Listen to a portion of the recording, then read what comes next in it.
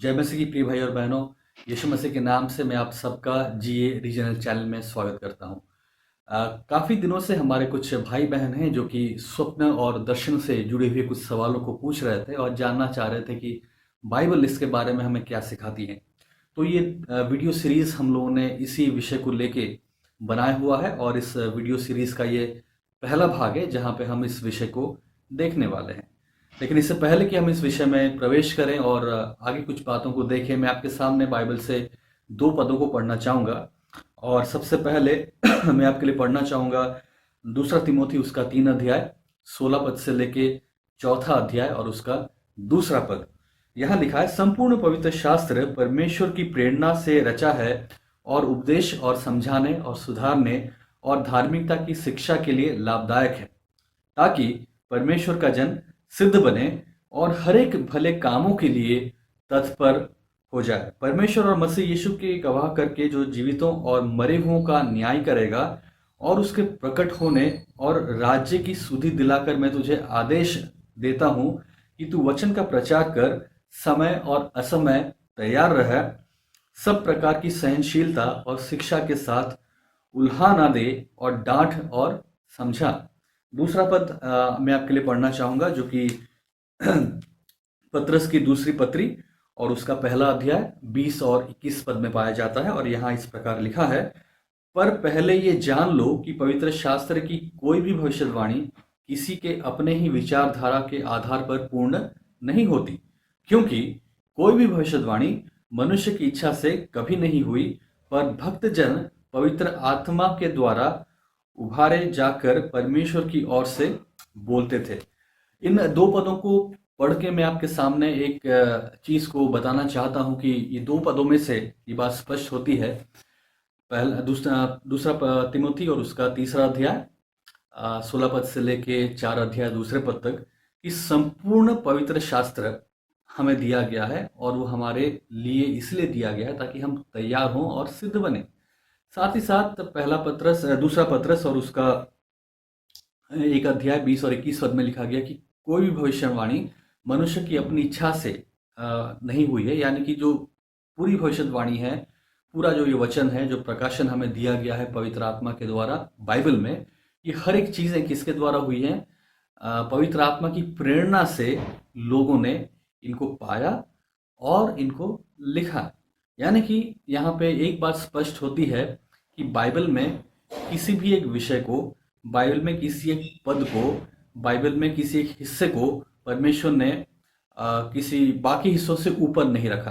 अर्थात परमेश्वर ने पूरे पवित्र शास्त्र को, हर एक भविष्यवाणी को एक समान दर्जा दिया है और परमेश्वर चाहता कि हम इसको पूरी रीति से समझें, पूरे बाइबल को हम लोग पढ़ें, अध्ययन करें, इसमें से अपने जीवन के लिए शिक्षाओं को ग्रहण करें ताकि हम तैयार हों और सिद्ध हों। तो कोई भी प्रकार की पार्शलिटी हम नहीं देखते जो परमेश्वर करता है किसी एक विषय को लेके या एक हिस्से को लेके बाइबल में से। संपूर्ण पवित्र शास्त्र और हर एक भविष्यवाणी परमेश्वर के द्वारा हमारे लिए दी गई है। इसलिए हमें कभी भी बाइबल के किसी हिस्से को, किसी विषय को, कोई भी सब्जेक्ट को बाकी चीज़ों के ऊपर रखना नहीं चाहिए।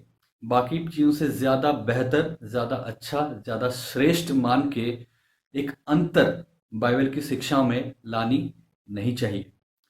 कई बार लोग भविष्यवाणी या स्वप्न, दर्शन और प्रकाशन के बारे में बात करते हैं और कहते हैं कि ये खास दान है, ये खास चीज़ है जो खास लोगों को मिलता है, खास अभिषेक के द्वारा मिलता है। तो इस प्रकार से अपनी बातों को रखना एक गलत तरीका है और लोगों को भरमाने का तरीका है। जहाँ तक रही स्वप्न और दर्शन की बात, आप, मुझे लगता है आप सब लोग जानते होंगे कि ये स्वप्न और दर्शन केवल मसीहों के जीवन में या भविष्यवक्ताओं के जीवन में पुराने नियम में दिया नहीं गया है, लेकिन आप अन्य जातियों में, अन्य अन्य रिलीजन्स में पाएंगे कि वहाँ पे भी लोग ऐसे दर्शनों की बात करते हैं। वहाँ पे दूसरे रिलीजन के लोग भी ऐसे स्वप्न की बात करते हैं। अगर आप बाइबल में पाएंगे, बाइबल में आप देखेंगे तो बाइबल में ये पाएंगे कि बेबीलोन के लोग थे, मिस्र देश के लोग थे, वो लोग भी स्वप्न देखते थे, वो लोग भी दर्शन देखते थे और वो लोग भी उनका अनुवाद करते थे। तो बाइबल में स्वप्न दर्शन को लेके और उसके अनुवाद को लेके या कोई खास प्रकाशन को लेके, खास अभिषेक को लेके बातें करना और उसको एक विशेष दर्जा देना और उसको बाइबल की एक खास बात कह के उस शिक्षा को लाना एक गलत तरीका है। क्योंकि बाइबल में जो सबसे मुख्य चीज़ है, बाइबल में जो बात कही जा रही है हमें, वो संपूर्ण पवित्र शास्त्र की बात कही जा रही है, पूरे बाइबल की बात कही जा रही है। और हमें बाइबल उत्साहित करती है कि हम इसे पूरी रीति से समझें, संपूर्ण पवित्र शास्त्र को समझें, उसका अध्ययन करें और अपने आप को तैयार करें और सिद्ध बने। तो आइए हम लोग आगे देखें कि बाइबल हमें स्वप्न दर्शन के बारे में क्या बताती है और कैसे इसके महत्व को बाइबल हमें समझाती है। तो आइए सबसे पहले मैं आपको कुछ इस बात से शुरू करना चाहूँगा कि ये बात हमें जानना सबसे पहले बहुत ज़रूरी है कि जो पवित्र शास्त्र है, जो बाइबल आज आपके और मेरे हाथ में है, ये परमेश्वर का संपूर्ण प्रकाशन है। इसमें कोई भी चीज़ अब बाकी नहीं रही गई है। यहाँ पे कोई भी चीज़ अब जोड़ने की आवश्यकता नहीं है। यहाँ पे कोई भी चीज़ अब घटाने की आवश्यकता नहीं है, क्योंकि परमेश्वर ने हमें इन 66 किताबों के द्वारा जो इस बाइबल में दी गई हैं, परमेश्वर ने अपनी इच्छा को, अपने योजना को, अपने उद्धार के समाचार को, सुसमाचार को संपूर्ण रीति से मानव जाति के लिए हमें दे दिया है। इसीलिए दूसरा तिमोथी उसका तीसरा अध्याय 16 से लेके 4 अध्याय दूसरे पद में इस संपूर्ण पवित्र शास्त्र की बात कही जाती है और कहता है कि ये संपूर्ण है, ये पूरा है, ये कंप्लीट है, ये सफिशिएंट है हमारे लिए। इसमें आप कुछ जोड़ने की या घटाने की आवश्यकता नहीं है।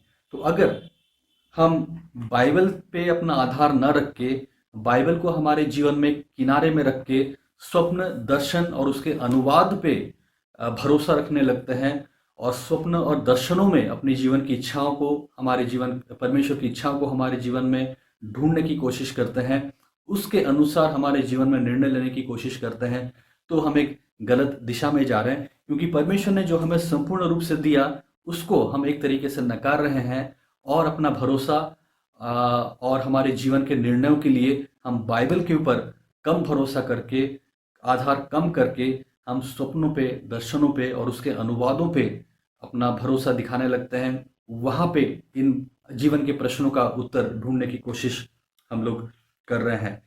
अगर आप प्रकाशित वाक्य उसका 22 अध्याय 18 पद पढ़ें तो वहाँ पे स्पष्ट रूप से एक चेतावनी दी गई है कि कोई भी व्यक्ति इस वचन में न तो कुछ जोड़े और न ही इसमें से कुछ घटाए।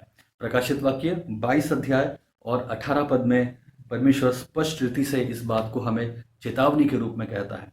दूसरी बात जो मैं चाहूँगा कि आप लोग याद रखें, वो ये है कि परमेश्वर ने अपने प्रकाशन को हमें किस तरह दिया।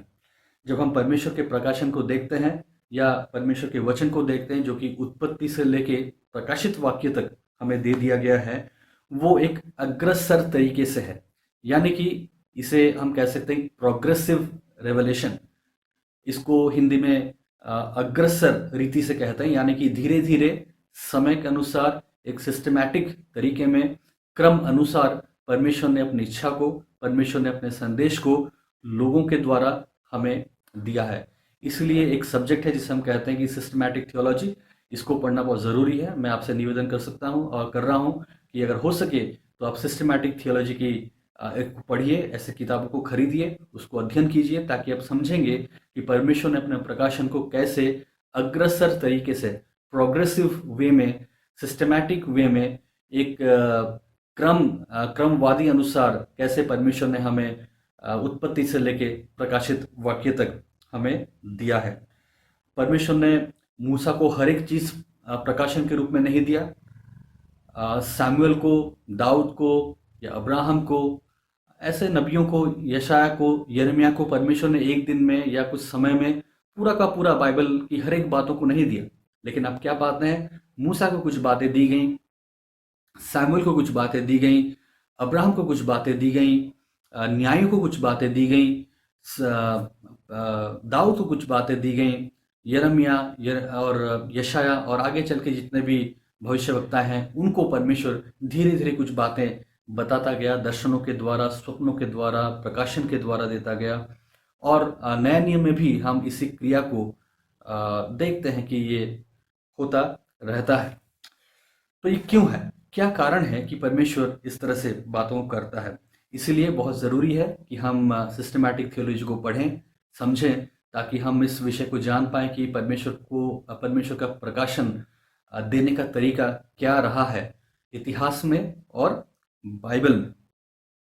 इब्रानी 1 अध्याय और 1 से लेके 3 पद आप पढ़ सकते हैं, जहाँ पे लिखा है कि पुराने समय में परमेश्वर ने हमारे बाप दादाओं से भांति भांति से बातें की, लेकिन अब उसने अपने पुत्र के द्वारा हमसे बातें की हैं, जो परमेश्वर का छाप है और उसका प्रतिरूप है। तो ये वचन स्पष्ट करता है कि परमेश्वर ने भांति भांति से प्रोग्रेसिव वे में, एक सिस्टमैटिक वे में पुराने समय से हमसे बातें की हैं, लेकिन अब इब्रानी का लेखक कहता है कि उसने अपने पुत्र के द्वारा, मसीह यीशु के द्वारा हमसे बातें की हैं, जो कि परमेश्वर की महिमा का छाप है। लूका 24 अध्याय 25 से 27 पद मैं आपके लिए पढ़ना चाहूंगा। यहाँ पे यीशु मसीह कुछ बातों को कहता है, प्रकाशनों के बारे में, भविष्यवक्ताओं के बारे में और पुराने नियम के बारे में। लूका उसका 24 अध्याय और उसका 25 से लेके 27 पद। ये घटना है इम्माउस के रास्ते में, जब चेले यरूशलेम से निराश होके इम्माउस की ओर जा रहे थे और सोच रहे थे कि क्या हो गया है, जिसको हम मान रहे थे, जिसको हम लोग मसीहा सोचते थे, वो तो मर गया है और क्या होगा। अपने जीवन को लेकर चिंतित थे और वो लोग जा रहे थे। तो परमेश्वर यीशु मसीह उन्हें मिलता है इम्माउस के रास्ते में, उनसे बातें करता है। और जब आप 24 अध्याय लूका 24 और उसका 25 से 27 में आते हैं, आप पाते हैं यहाँ पे कि यीशु मसीह उनसे क्या कहता है।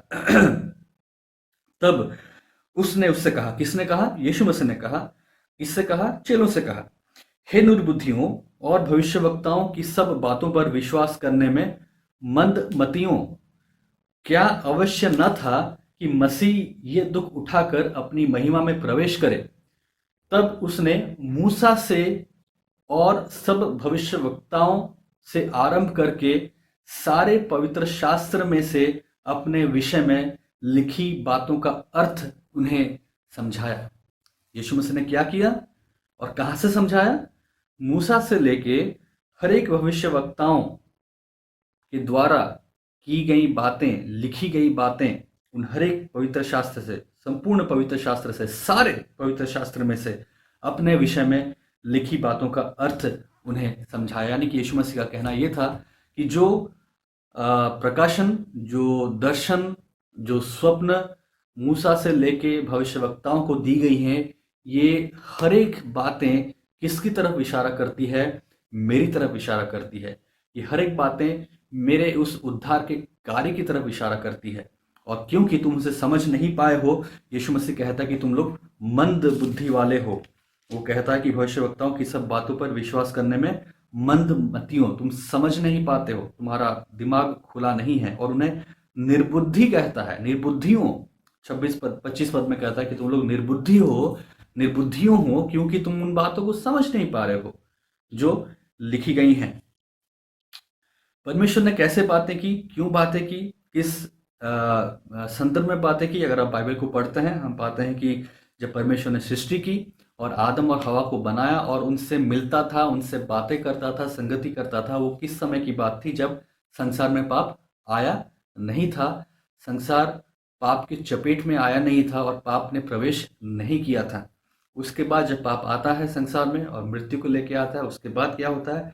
उत्पत्ति उसका 3 अध्याय 15 पद में परमेश्वर एक वाचा बांधता है, परमेश्वर एक उपाय करता है और परमेश्वर कहता है कि एक छुटकारा मैंने मानव जाति के लिए रखा है। वो छुटकारा क्या है? उस छुटकारे का प्रॉमिस क्या है? उसका वायदा क्या है? उत्पत्ति उसका 3 अध्याय और उसका 15 पद। अब जानते हैं उस पद को, जहां पे यीशु मसीह कहता है कि मैं तेरे बीच और सर्प के बीच एक बैर को उत्पन्न करूंगा। और फिर यीशु मसीह के बारे में कहता है वहां पे कि अब और मैं तेरे और स्त्री के बीच में और तेरे वंश और इसके वंश के बीच में बैर उत्पन्न करूंगा, वह तेरे सिर को कुचलेगा और तू उसकी एड़ी को डसेगा। वो कौन है? वो यीशु मसीह है।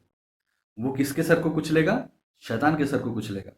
और इसी की भविष्यवाणी आखिर में जाके क्रूस पे यीशु मसीह की मृत्यु के द्वारा पूरी होती है, जहां पे वो शैतान के सर को कुचलता है और आपके लिए और मेरे लिए उस जय को प्राप्त करता है और आपके लिए, मेरे लिए उद्धार के द्वार को खोलता है, जिसे पाप ने बंद कर दिया था। तो मूसा से लेके हर एक भविष्यवक्ता की जो भविष्यवाणियां थी, जो स्वप्न थे, जो दर्शन थे, जो प्रकाशन उन्होंने पाया और लिखा, वो हर एक बातें कहाँ इशारा करती थी? दो बातों की तरफ। एक, ये भविष्यवाणी का पूरा होना, उत्पत्ति 3 का 15, जहाँ पे यीशु मसीह क्रूस पे शैतान को हराता है। साथ ही साथ अगर आप ध्यान से पढ़ेंगे और अध्ययन करेंगे, आप पाएंगे वो हर एक भविष्यवाणी, वो हर एक स्वप्न, वो हर एक दर्शन कहीं ना कहीं उस वंशावली को प्रोटेक्ट करने के लिए, सस्टेन करने के लिए, उस वंशावली को बनाए रखने के लिए, उस वंशावली को नाश ना होने के लिए सहायता कर रहा था, उसकी तरफ इशारा कर रहा था कि कैसे उस वंशावली को परमेश्वर संभाले हुए, कैसे उस वंशावली को परमेश्वर अपने अनुग्रह से आगे बढ़ा रहा है, ताकि उस वंशावली में आगे चल के यीशु मसीह पैदा होगा और वो इस भविष्यवाणी को पूरा करेगा। वहां पे कोई भी भविष्यवाणियां, कोई भी चीजें व्यक्तिगत लाभ की नहीं थी, व्यक्तिगत जीवन से जुड़ा नहीं था, व्यक्तिगत चीजों से जुड़ा नहीं था। वो हर वक्त इशारा करती थी उस वंशावली के तरफ जिसको परमेश्वर संभाल रहा है, जिसको परमेश्वर आगे लेके जा रहा है, क्योंकि उस वंशावली में आगे चल के मसीहा पैदा होगा और वो उद्धार को लेके आएगा। और साथ ही साथ वो भविष्यवाणियां, वो दर्शन, वो स्वप्न इशारा करती थी उत्पत्ति 3:15 की परिपूर्णता के लिए, उसको पूरा होने के लिए, जो यीशु मसीह का आना था, क्रूस पे बलिदान था, उसकी एक परछाई, उसका एक झलक, ये हर एक दर्शन, वो हर एक भविष्यवाणी, वो हर एक स्वप्न हमें दे रही थी। इसीलिए हमें बाइबल को बहुत ध्यान से अनुवाद करना और समझना है कि क्या थी वो बातें। जब यीशु मसीह कहता है कि अब्राहम ने मेरे दिन को देखा, तो यीशु मसीह क्या कह रहा था? वो इशारा कर रहा था अब्राहम की तरफ, जहाँ पे अब्राहम जब इसहाक को लेके गया था सैक्रिफाइस करने के लिए, और वहाँ पे मेमना को देखता है और वो कहता है कि ये जो स्थान है, यहाँ पे परमेश्वर ने प्रबंध किया है। वो कौन सा प्रबंध था? वो एक परछाई थी कि किस तरह यीशु मसीह हमारे लिए हमारे पाप का प्रबंध करेगा, एक परछाई थी। तो इसी तरह हमें हर एक घटनाओं को, हर एक स्वप्न को, हर एक दर्शन को समझना है कि क्यों वो दिए गए थे और उस स्वप्न और दर्शन और भविष्यवाणियां किसकी तरफ इशारा कर रही थी। दूसरी बात मैं आपको ये तीसरी बात मैं आपको ये कहना चाहूंगा कि इसीलिए यीशु मसीह जब भी अपनी शिक्षाओं को दिया, यीशु मसीह जब भी अपने चेलों को, लोगों को शिक्षाओं को बांटा, वो हर वक्त इसी भविष्यवाणी की पूरी होने की शिक्षा को दे रहा था कि मैं अब तुम्हारे बीच में हूँ, परमेश्वर का राज्य अब तुम्हारे बीच में है, इसलिए मन फिराओ, पश्चाताप करो और अनंत जीवन को प्राप्त करो, क्योंकि मैं ही वो मसीहा हूँ, मैं ही वो हूँ मैं ही वो भविष्यवाणी की परिपूर्णता हूँ जो आज तुम्हारे बीच में है। और उस भविष्यवाणी को पूरा करने के लिए, पिता की इच्छा को पूरा करने के लिए, पिता की योजना को पूरा करने के लिए यहाँ पे आया है।